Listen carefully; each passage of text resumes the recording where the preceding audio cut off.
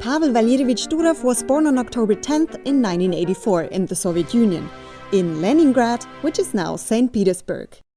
But he actually spent most of his childhood in Italy. His father, who holds a PhD in philology, was employed in Turin. When Durov's family moved back to the home country, the Soviet Union no longer existed. Even as a kid, Durov already showed his advanced computer skills. Legend has it he hacked his school's computer network. By the way, Durov usually only wears black.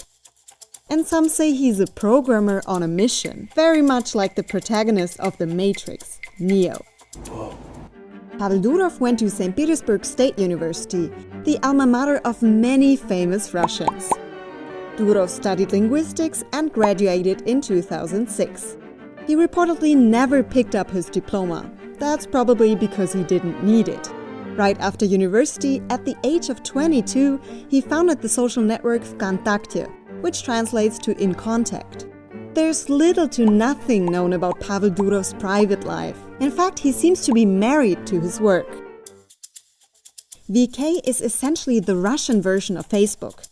That's why Durov is also known as the Russian Mark Zuckerberg. Durov later founded the messenger app Telegram. Mark Zuckerberg acquired WhatsApp around the same time. VK's popularity skyrocketed within a couple of years, but the network also got Durov into trouble with Russia's president Vladimir Putin. Here's why. In 2011, the platform was used to organize massive protests against Vladimir Putin. Putin had just announced that he would run for president again. The country saw some of the largest protests since the fall of the Soviet Union. To crack down on the movement, Russian authorities urged Durov to delete opposition groups from VK. As expected from a tech-savvy CEO, Durov's response came via social media. The entrepreneur shared this photo as his official response, a resolute no.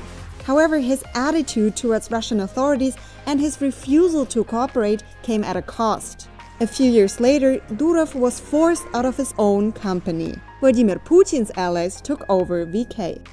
Durov sold his remaining stakes and fled Russia in 2014. Here are 3 things you might not know about Pavel Durov.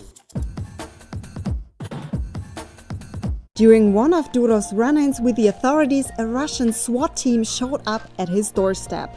He feared they would try to break down his door and called his brother. I realized I don't have a safe means of communications with him. That's how Telegram started.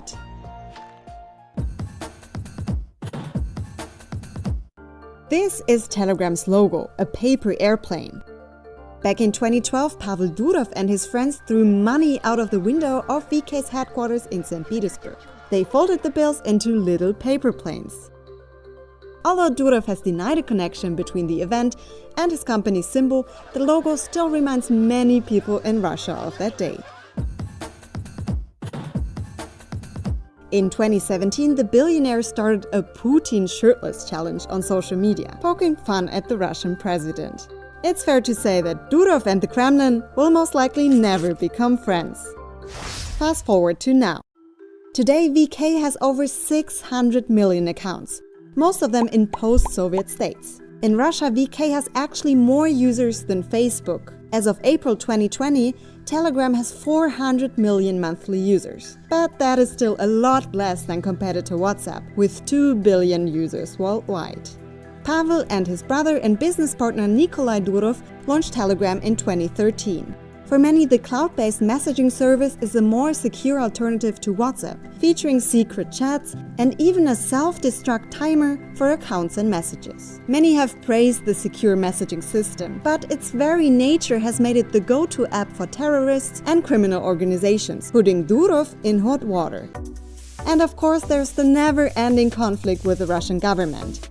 Something Durov can't get away from, not even in exile. When Durov refused to cooperate with the Russian security services, they tried to block access to Telegram. Durov didn't want to give them Telegram's encryption keys. Fun fact, Russian government officials are using Telegram themselves because of its high level of security. For some Putin opponents in Russia, Durov is kind of a hero for standing up against the authorities. Durov can afford to upset Putin, as he and a small team work outside of Russia.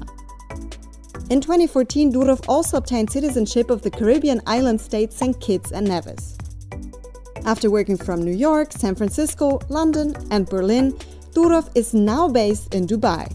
He's still the mystery man he's always been. He rarely appears at public events or speaks to the media.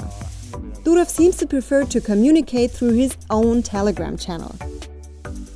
After all, the app is his crown jewel. Durov says he's even paying for Telegram out of his own pocket. According to Forbes, his net worth is around 3 billion euros. But who knows how long that will last? What do you think about Pavel Durov? And are you using Telegram? Let us know in the comments. Thanks for watching and don't forget to subscribe.